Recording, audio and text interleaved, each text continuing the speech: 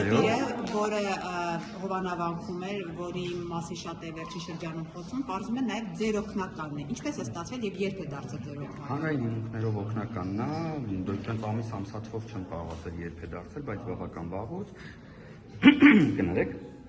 ինքը կուսակցության երեքերի անդամներից է, այդ առումով, որպեսզի նաև իրան քաղաքական որպես փորձարկություն, գիտեք որ վճարովիչի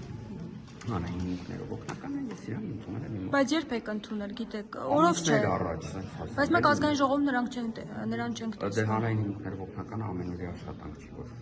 պետք է։ Դե նիստերի ժամանակ էլ չենք տեսնում, որ գալիս է, միայն այսօր տեսանք։ Այլ օգնական այդ մասով բանը ինքը նաև ունի իրավաբանական կրթություն այդ մասով ինքն է ցանկություն հայտնել լինել, թե դուք եք առաջարկել։ Ընդհանուր խոսակցության ժամանակ որոշում ա կայացած, բայց դա ինչ կապ։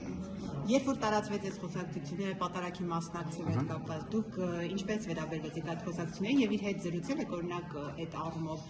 որովհետեւ շատ էր քննարկվում իր դաջվածքը, գուցե զրուցել եք, ինչ որ բան ասել եք այս առումով։ Ես մարդկանց կրոնական կողմնորոշմանը եւ այլն աշխատում եմ չմանրանամ, պահանջում եմ առավել եւս չներկայացնել, որովհետեւ մենք ապրում ենք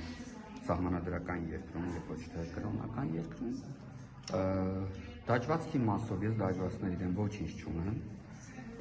Այլ խնդիր է, որ հա կարող է կրոնական տեսանկյունից